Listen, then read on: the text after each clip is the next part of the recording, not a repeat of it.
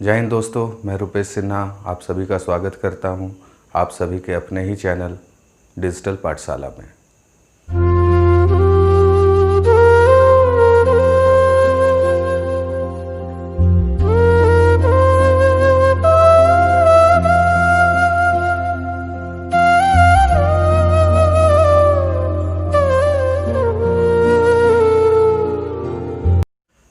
आज के इस वीडियो में हम लोग मौर्य वंश के बारे में पढ़ेंगे। तो मौर्य वंश अपने आप में एक बहुत बड़ा अध्याय है। तो मैं मौर्य वंश को दो पार्ट में बांटकर पढ़ाऊंगा। पहले पार्ट में हम लोग मौर्य वंश के स्रोत और उनके विभिन्न शासकों के बारे में पढ़ेंगे, जबकि दूसरा वीडियो जो आएगा वो मौर्य प्रशासन और कला से संबंधित होगा। तो चलिए ज़्यादा समय व्यतीत ना करते हुए वीडियो को प्रारंभ किया जाए। तो हम लोग देखते हैं कि नंद वंश के अंतिम शासक धनानंद, जिन्हें घनानंद भी कहा जाता था, उसकी हत्या करके चंद्रगुप्त मौर्य ने मगध पर एक नए राजवंश की स्थापना की, जिसे हम लोग मौर्य वंश के नाम से जानते हैं। तो सबसे पहले मौर्य वंश के नामकरण से संबंधित चीज़ें समझेंगे कि इस वंश का नाम मौर्य वंश ही क्यों पड़ा। ठीक है, तो हम लोग सबसे पहले इसका नामकरण देखते हैं, इस वंश को मौर्य क्यों कहते हैं। इसके पीछे बहुत सारे सिद्धांत हैं, एक एक करके समझते हैं। पहला सिद्धांत ये है कि जो चंद्रगुप्त मौर्य थे वो उत्तर प्रदेश में एक जगह है जिसे हम लोग पिपली वन कहते हैं। यहाँ पर एक कबीला हुआ करता था जिसका नाम था मौर्य। ठीक है, तो मौर्य के क्षत्रिय थे चंद्रगुप्त मौर्य, इसीलिए इस वंश को मौर्य वंश के नाम से जाना जाता है। जबकि दूसरे सिद्धांत के तहत देखें तो जो चंद्रगुप्त मौर्य की माता थी उनका नाम मूरा था। तो अपने माता के नाम पर ही चंद्रगुप्त मौर्य ने संभवतः इस वंश का नाम मौर्य वंश रखा होगा। तो ये हो गई नामकरण की बातें। अब हम लोग देखेंगे कि स्रोत क्या क्या है मौर्य वंश से संबंधित। एग्जामिनेशन पॉइंट ऑफ व्यू से बहुत इंपॉर्टेंट होते हैं कि सोर्सेज क्या क्या है। तो चलिए इसका सोर्स हम लोग देखते हैं। मौर्य वंश को जानने के दो प्रमुख स्रोत हैं, एक साहित्यिक स्रोत हो गया और एक पुरातात्विक स्रोत हो गया। तो इन दोनों को हम लोग थोड़ा सिलसिलेवार ढंग से देखते हैं, काफ़ी इंपॉर्टेंट होता है एग्जामिनेशन पॉइंट ऑफ व्यू से। तो साहित्यिक स्रोत को भी हम लोग दो पार्ट में बांट सकते हैं। पहला पार्ट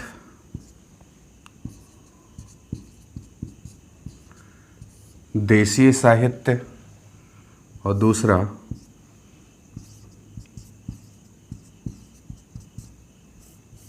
विदेशियों के द्वारा प्रदान की गई बातें। तो सबसे पहले हम लोग देशीय साहित्य में देखते हैं। इसके अंतर्गत बहुत सारे साहित्यों में मौर्य वंश की जानकारी प्राप्त होती है, चाहे वो पुराण हो, चाहे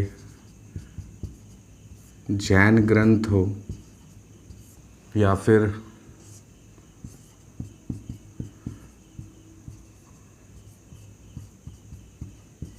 बौद्ध ग्रंथ हो। पुराणों से अगर हम लोग देखते हैं तो पुराणों से मौर्य वंश के शासकों की सूची प्राप्त होती है।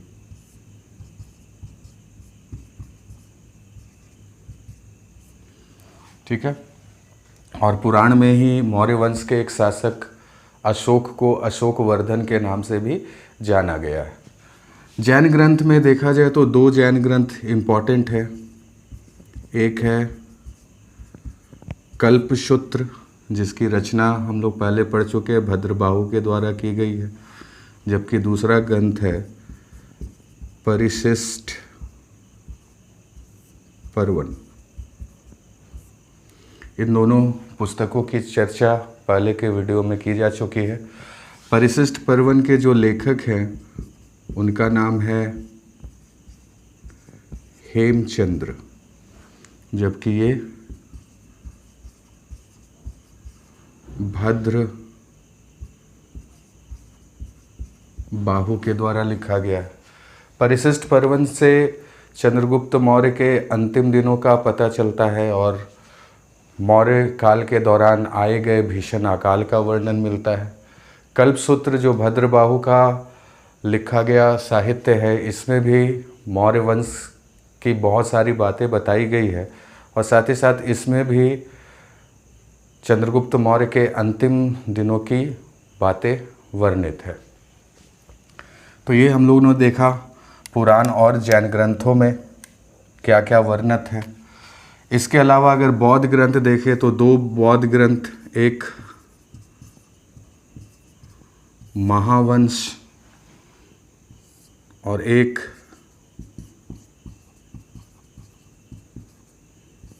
दिव्यावदान।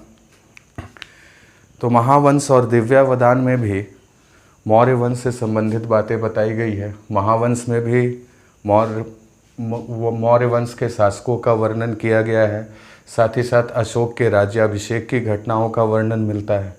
जबकि दिव्यावदान जो पुस्तक है, इस पुस्तक में बिंदुसार के समय में तक्षशिला में हुए विद्रोह का वर्णन मिलता है।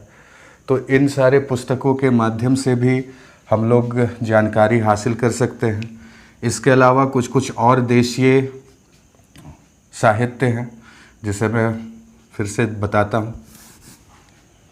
तो कुछ और देशीय साहित्य में हम लोग देखते हैं अर्थशास्त्र, जिसके रचनाकार जो हैं वो विष्णुगुप्त, कौटिल्य या चाणक्य हैं। मौर्य वंश को जानने का सबसे प्रमुख स्रोत अर्थशास्त्र को माना जाता है, क्योंकि ये जो चाणक्य थे वो चंद्रगुप्त मौर्य के गुरु और उनके प्रधानमंत्री भी थे। तो इसमें बहुत सारी चीज़ों का वर्णन उनके द्वारा किया गया है। साथ ही साथ अर्थशास्त्र में मौर्य प्रशासन और मौर्य काल की राजनीतिक व्यवस्था का बहुत विस्तृत वर्णन है और माना भी जाता है कि अर्थशास्त्र जो है भारत की प्रथम राजनैतिक पुस्तक भी थी। इस पुस्तक की तुलना जो है वो मैकियावेली की द प्रिंस नामक पुस्तक से की गई है और मैकियावेली जो है वो इटली के एक बहुत बड़े दार्शनिक थे। तो उनकी कृति द प्रिंस की तुलना की जाती है अर्थशास्त्र से। तो ये बहुत ही प्रमुख पुस्तक है मौर्य वंश को जानने के लिए। दूसरा जो है मुद्रा राक्षस, इसके जो लेखक हैं उनका नाम है विशाख दत्त। विशाख दत्त के द्वारा रचित पुस्तक है मुद्रा राक्षस और इसमें वर्णन है कि किस प्रकार चंद्रगुप्त मौर्य ने नंद वंश का पतन करने के लिए चाणक्य के साथ मिलकर एक षड्यंत्र रचा और नंद वंश का खात्मा करके मगध पर मौर्य वंश की स्थापना की गई। एक और पुस्तक है राजतरंगिणी। इसके जो लेखक हैं उनका नाम है कल्हण। इस पुस्तक में कल्हण बताते हैं कि अशोक ने श्रीनगर की स्थापना की थी। तो ये कुछ प्रमुख देशीय साहित्यिक स्रोत हो गए मौर्य काल के। कुछ हम लोग अब विदेशी स्रोतों के बारे में देखते हैं। तो अगर मौर्य वंश के विदेशी साहित्य या स्रोतों की चर्चा की जाए तो बहुत सारे साहित्यकार हैं जिन्होंने मौर्य वंश के बारे में बहुत कुछ बताया है। तो एक एक करके समझते हैं। तो विदेशी साहित्य में जो सबसे इम्पॉर्टेंट है वो है इंडिका, और इंडिका की रचना मेगास्थनीज के द्वारा की गई है, जो चंद्रगुप्त मौर्य में राजदूत के रूप में सेल्यूकस निकेटर के द्वारा भेजा गया था। काफ़ी वर्षों तक इसने मगध में अपना समय व्यतीत किया और उन सारी बातों को इंडिका के माध्यम से उसने विश्व के सामने रखा। लेकिन इंडिका आज अपने उस स्वरूप में नहीं है, लेकिन जितने भी अन्य विदेशी लेखक थे उन्होंने इंडिका का सहारा लेकर बहुत कुछ बताने का प्रयास किया है। तो इंडिका में बहुत कुछ बताई गई है, जैसे मौर्य काल के सामाजिक जीवन का वर्णन इंडिका में प्राप्त है। समाज की व्यवस्था के बारे में बताया गया। बहुत कुछ नेगेटिव भी इंडिया के बारे में लिखा गया कि जैसे भारतीय लिखना पढ़ना नहीं जानते हैं, यहाँ पे दास प्रथा नहीं थी, यहाँ पे अकाल नहीं था, व्यापार में कौड़ियों का प्रयोग किया जाता था। ऐसी बहुत सारी बातें इंडिका में मेगास्थनीज के द्वारा बताई गई है। एक राइटर हैं स्ट्रैबो, इन्होंने भी मौर्य काल से संबंधित बहुत सारी बातें बताई। इवन चंद्रगुप्त के बारे में वो सैंड्रो कोट्स के हिसाब से बताते हैं। इसी तरह एरियन को देखा जाए तो इन्होंने चंद्रगुप्त मौर्य को एंड्रो कोट्स के हिसाब से बताया। एपिनायस जो हैं, एपियानस बहुत इंपॉर्टेंट है क्योंकि ये सेल्यूकस निकेटर और चंद्रगुप्त मौर्य के बीच में जो युद्ध हुआ था उसके ऊपर प्रकाश डालते हैं। इसी तरह प्लूटार्क भी हैं, इन्होंने भी बहुत सारी बातें मौर्य वंश से संबंधित बताई। जस्टिन है, प्लिनी ने एक पुस्तक लिखी थी जिसका नाम था नेचुरल हिस्टोरिका।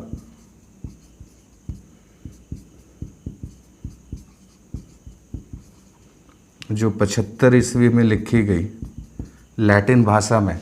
इस पुस्तक में भी वो यूनान और भारतीय व्यापार के बारे में काफ़ी कुछ प्रकाश डालते हैं। तो ये कुछ साहित्यिक स्रोत हो गए मौर्य वंश को जानने के लिए। अब हम लोग थोड़ा पूरा तात्विक स्रोत के बारे में बात करते हैं। तो इसके अंतर्गत बहुत सारी चीज़ें आ जाती हैं, जैसे भवन से संबंधित एक बहुत प्रमुख तथ्य मिलता है कि चंद्रगुप्त मौर्य का जो राजमहल था वो पटना के निकट एक जगह है कुम्हरार से प्राप्त होता है, जो पूरी तरह से लकड़ी का बना हुआ महल था। इस काल के बहुत सारे मृदभांड भी प्राप्त होते हैं, मृदभांड या अर्थात मिट्टी के बर्तन। इस काल के बहुत सारे सिक्के भी प्राप्त होते हैं जिसके आधार पर काफ़ी कुछ मौर्य काल के बारे में बताया जा सकता है। सिक्कों से संबंधित एक चीज़ हम लोग समझे कि सिक्कों का जो अध्ययन कहलाता है उसे हम लोग न्यूमिस्मैटिक्स कहते हैं। ठीक है, सिक्कों का अध्ययन क्या कहलाता है? न्यूमिस्मैटिक्स कहलाता है। तो ये काफ़ी विस्तृत स्रोत है मौर्य वंश से संबंधित, चाहे वो साहित्यिक स्रोत हो चाहे वो पुरातात्विक स्रोत हो। तो विश्वास है कि आप लोगों को सोर्स से संबंधित कुछ कुछ बातें समझ में आई होगी। अब हम लोग आगे की ओर बढ़ते हैं और इसके शासकों के बारे में, मौर्य वंश के शासकों के बारे में सिलसिलेवार ढंग से देखते हैं।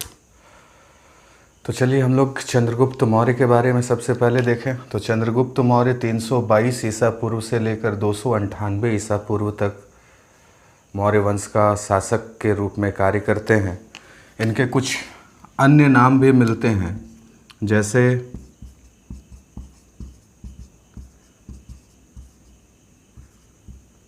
सैंड्रोकोट्स, एंड्रोकोट्स,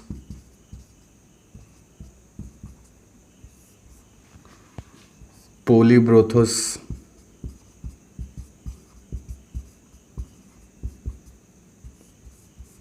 एटसेट्रा। तो बहुत दिनों तक बहुत लोगों को मालूम नहीं था कि ये सब सारे नाम चंद्रगुप्त मौर्य से ही संबंधित है। सबसे पहले समझे कि सैंड्रोकोट्स और एंड्रोकोट्स ये जो नाम है ये किसके द्वारा दिया गया है।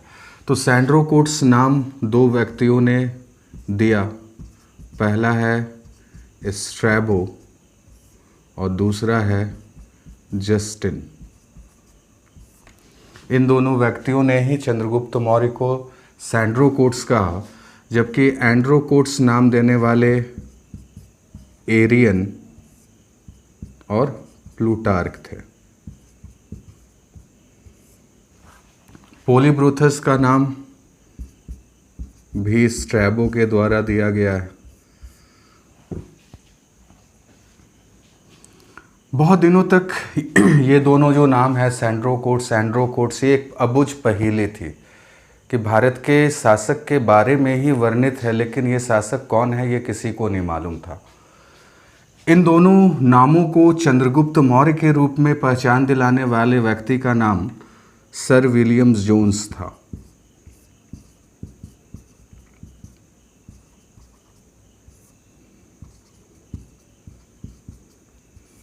बहुत ही इम्पॉर्टेंट है। सैंड्रोकोट्स और एंड्रोकोट्स के रूप में चंद्रगुप्त की पहचान करने वाले व्यक्ति का नाम सर विलियम जोन्स है। देखा जाए तो 1784 ईस्वी में इन्होंने कलकत्ता में एशियाटिक सोसाइटी ऑफ बंगाल की स्थापना की थी। साथ ही साथ ये वही व्यक्ति हैं जिन्होंने अभिज्ञान शकुंतलम का इंग्लिश में ट्रांसलेशन करवाया था। और अभिज्ञान शकुंतलम पहली ऐसी भारतीय पुस्तक है जिसका किसी यूरोपीय भाषा में अनुवाद कराया गया था। तो अनुवाद करने वाले भी सर विलियम जोन्स और सैंड्रो कोट्स और एंड्रो कोट्स के रूप में चंद्रगुप्त की पहचान करने वाले भी सर विलियम जोन्स थे।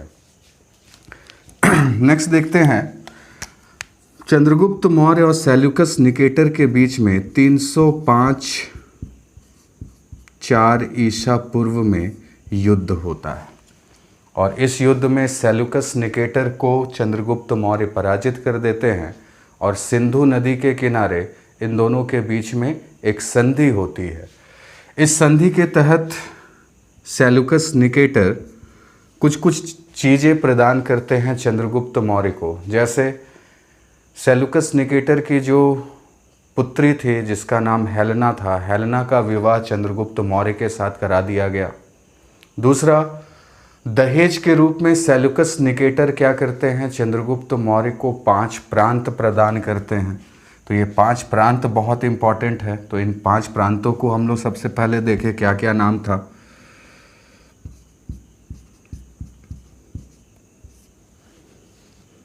पहला एरिया,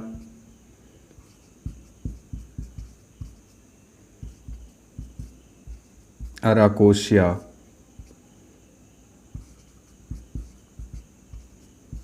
जेड्रोसिया,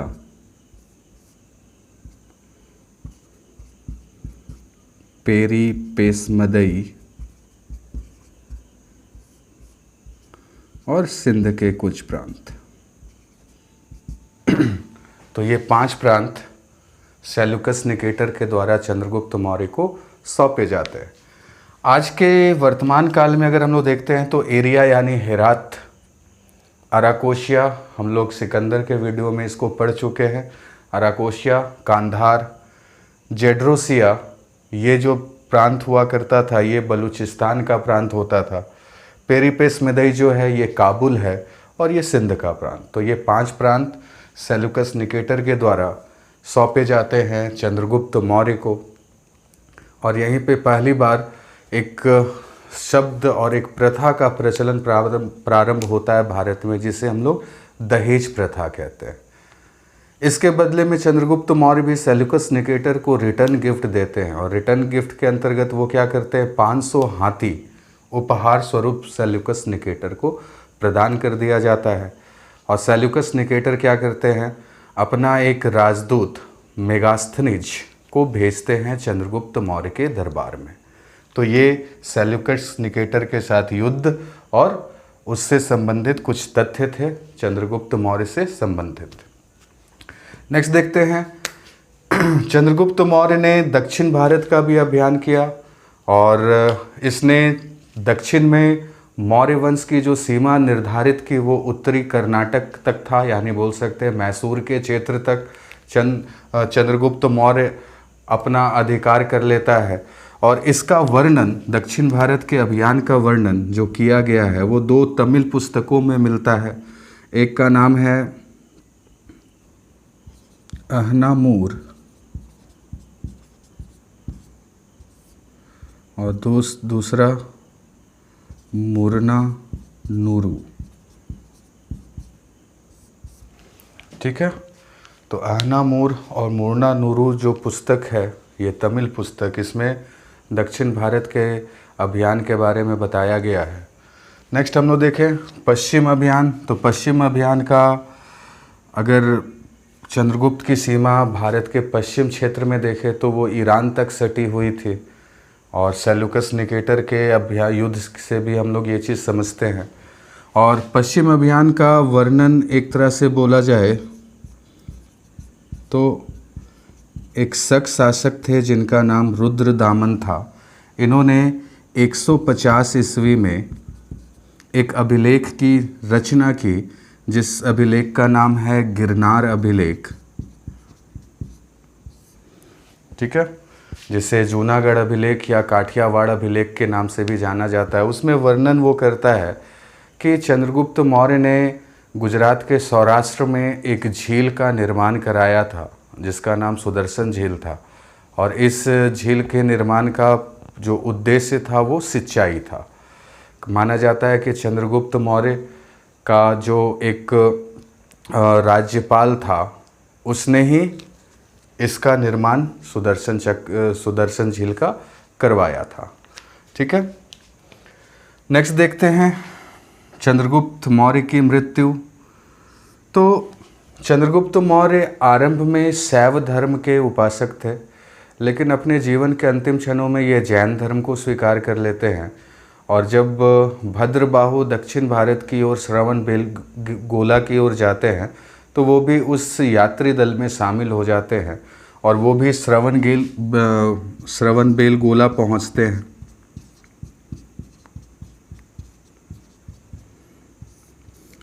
ठीक है, श्रवणबेलगोला जो है ये कर्नाटक का क्षेत्र है।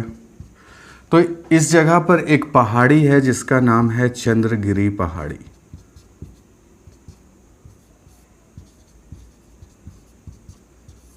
इस चंद्रगिरी पहाड़ी पर चंद्रगुप्त मौर्य उपवास के माध्यम से अपने शरीर का त्याग कर देते हैं, जिसे जैन ग्रंथों में संलेखन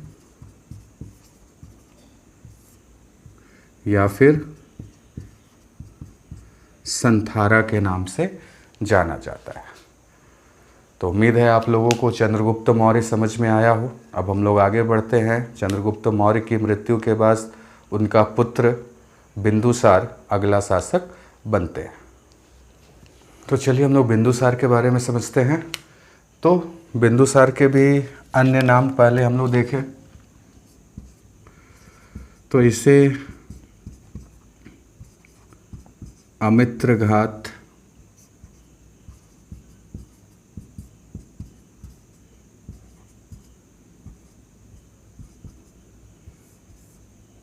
अमित्रोचेट्स, भद्रसार,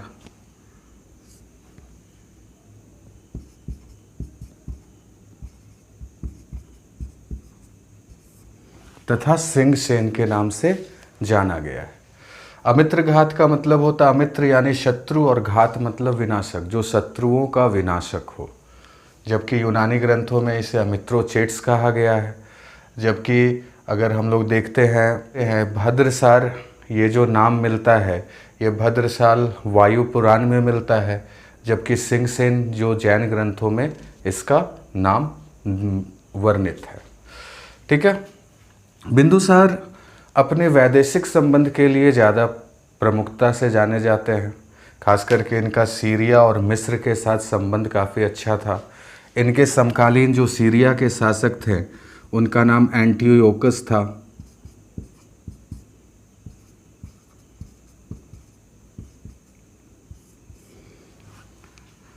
एंटियोकस से बिंदुसार ने 3 वस्तुओं की मांग की थी। फर्स्ट, सूखे अंजीर,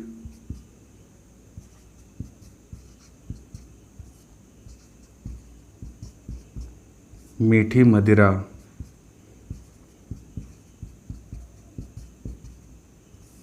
और दार्शनिक की। तो इन तीनों डिमांड में से एंटियोकस 2 पूरे करते हैं। सूखे अंजीर और मीठी मदिरा तो भिजवा देते हैं, लेकिन वो बोलते हैं कि हमारे यूनान में दार्शनिकों को भेजना शास्त्र के अंतर्गत नहीं माना जाता, इसीलिए दार्शनिक नहीं भेज सकते, लेकिन राजदूत के रूप में हम आपके दरबार में एक व्यक्ति को भेजेंगे।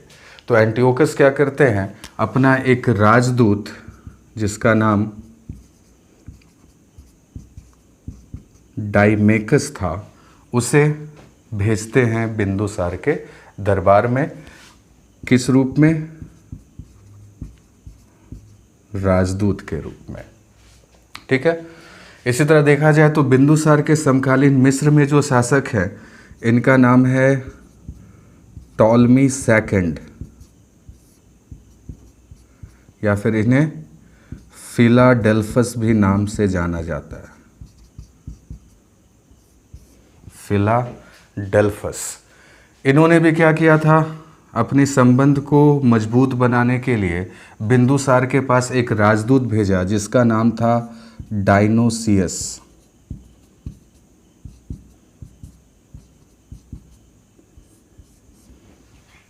ठीक है, तो ये दोनों राजदूत के नाम बहुत ही इंपॉर्टेंट हैं, एक डाइमेकस और दूसरा डायनोसियस। ठीक है, अब हम लोग देखते हैं कि बिंदुसार की शासनकाल में तक्षशिला में विद्रोह होता है। बिंदुसार के 101 पुत्र थे, जिसमें से सबसे बड़े पुत्र का नाम सुसीम था, जबकि सबसे छोटे पुत्र का नाम तिस्य या विक्ताशोक था। ठीक है, तो सबसे पहले बिंदुसार इस तक्षशिला के विद्रोह को दबाने के लिए सुसीम को भेजते हैं, लेकिन सुसीम नाकाम हो जाता है। तब मजबूरीवश बिंदुसार अपने दूसरे पुत्र अशोक को भेजते हैं तक्षशिला के विद्रोह को दबाने के लिए, और इस तक्षशिला के विद्रोह को अशोक दबाने में सफल होता है। और जिस समय तक्षशिला का फिर जो राज्यपाल है वो सुसीम को बनाया जाता है, और माना जाता है उसी के अत्याचार से ही विद्रोह हुआ था। जबकि इस विद्रोह के समय अशोक जो है वो अवंती का राज्यपाल है। बुक में कभी कभी उज्जैन भी लिख देता है, तो हम लोग पहले पढ़ चुके हैं, अवंती की राजधानी उज्जैन थी। तो अवंती का राज्यपाल कौन है? अशोक है, और वही क्या करता है? तक्षशिला के विद्रोह को दबाता है।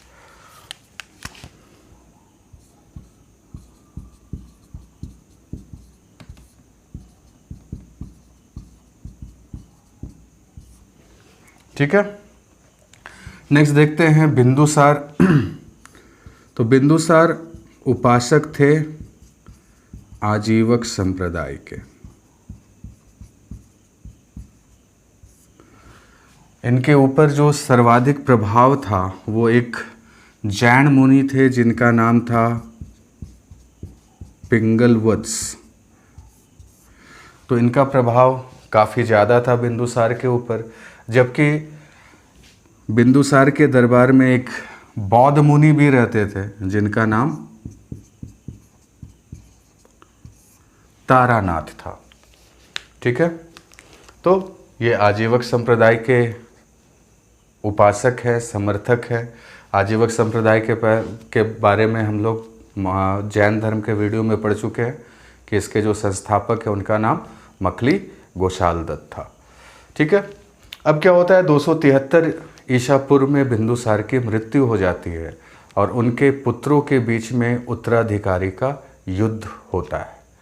अब इस युद्ध में अशोक जो है वो अपने 99 भाइयों की हत्या करता है, और 99 भाइयों की हत्या करने के बाद वो मगध की गद्दी पर बैठता है। तो चलिए हम लोग अब अशोक के बारे में देखते हैं। तो चलिए अशोक के बारे में देखते हैं। तो अशोक की जो माता थी उसका नाम सुभद्रांगी था। लेकिन दक्षिण भारत में अशोक की माता को धर्मा के नाम से जाना गया है। ठीक है, अशोक के भी बहुत सारे नाम थे, पहले लिखता हूँ फिर समझाता हूँ। चलिए, तो अशोक के भी बहुत नाम है। पहला नाम अशोक वर्धन। तो अशोक वर्धन ये नाम पुराणों में मिलता है, खास करके वायु पुराण में अशोक को अशोक वर्धन के नाम से बताया गया है। चंड अशोक महावंश में कहा गया, बहुत साहित्यों में आरंभ में इसे चंड अशोक कहा गया है। बाद में ये धम अशोक के रूप में भी परिवर्तित हो जाता है, जिसका वर्णन महावंश में से प्राप्त होता है। एक नाम है देवनाम पियदस्सी। ये नाम अभिलेखों से प्राप्त होता है, जिसका नाम है मास्की अभिलेख और गुर्जरा अभिलेख। तो मास्की अभिलेख कर्नाटक में पाया गया, जबकि गुर्जरा अभिलेख मध्य प्रदेश में पाया गया। देवनाम पियदस्सी यानी देवताओं का प्रिय दास, ये नाम भी मास्की और गुर्जरा अभिलेख से ही प्राप्त होते हैं। ठीक है, जबकि अशोक का नाम मगध का राजा भी वो स्वयं को बोलता है, और ये नाम मिलता है भाब्रू अभिलेख से। ये भाबरू अभिलेख जयपुर में। ठीक है, तो ये काफ़ी इम्पॉर्टेंट है। ये सब प्लेसेस याद रखेंगे और अभिलेखों का नाम याद रखेंगे कि कौन से अभिलेख में अशोक के कौन से नाम का वर्णन मिलता है। अब हम लोग देखते हैं कि बिंदुसार की मृत्यु हो जाती है 273 ईसा पूर्व में, जबकि अशोक अपना राज्याभिषेक 269 ईसा पूर्व में करा रहा है। तो ये 4 साल का जो बीच में गैप आता है, ये गैप क्या है? तो महावंश पुस्तक के अनुसार इन 4 सालों में राधा गुप्त के सहायता से अशोक क्या करता है? अपने 99 भाइयों की हत्या करता है और एक कुआं का निर्माण करवाता है और सभी भाइयों के शव वो उसी कुएं में फेंकता जाता था। ये कुआं आज भी पटना में अगम कुआं के नाम से प्रसिद्ध है। तो अशोक का राज्याभिषेक कब होता है? 269 BC में होता है। अपने राज्याभिषेक के 8 वर्ष के बाद, यानी बोल सकते हैं 9वें वर्ष, अशोक का कलिंग युद्ध होता है। इस समय पहले इसका पीरियड लिख लें। 261 BC में अशोक कलिंग युद्ध करता है। इस समय कलिंग के जो राजा हैं उनका नाम है नंजराज।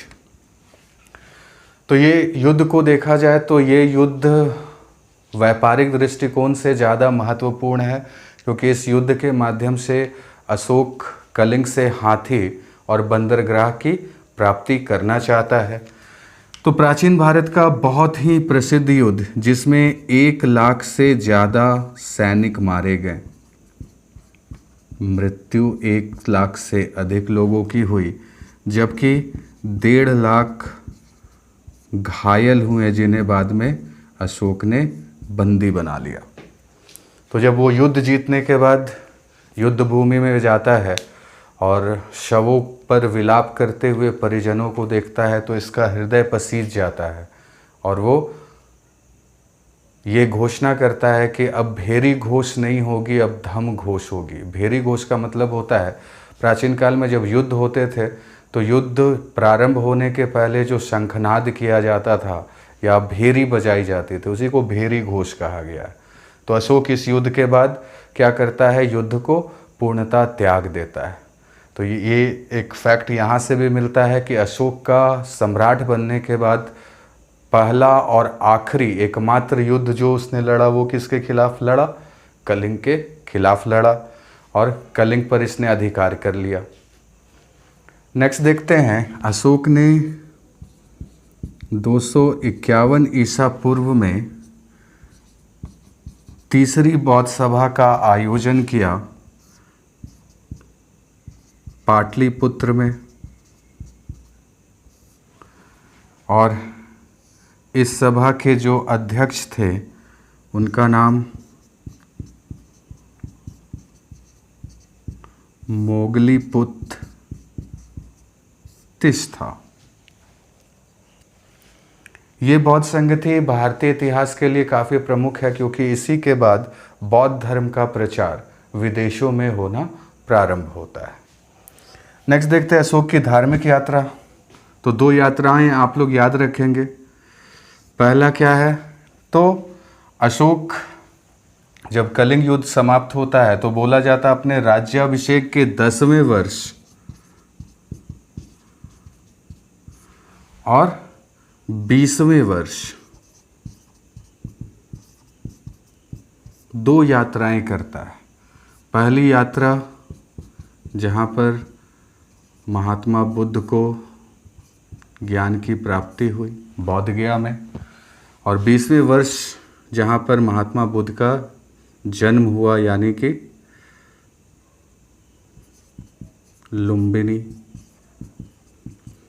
लुम्बिनी जाकर वो पूरे क्षेत्र को कर मुक्त घोषित कर देता है। ठीक है, तो आई होप आप लोगों को कुछ कुछ चीज़ें समझ में आ रही होगी। नेक्स्ट देखें, अशोक के काल से संबंधित 2 व्यक्तियों का और हम लोग नाम देखेंगे। एक का नाम है राधा गुप्त। बहुत इम्पॉर्टेंट व्यक्ति हैं ये, क्योंकि यही वो व्यक्ति हैं जिन्होंने अशोक को राजा बनने में सहायता की थी और बदले में अशोक ने राधा गुप्त को अपना प्रधानमंत्री नियुक्त किया था। और दूसरे व्यक्ति का नाम है उपगुप्त।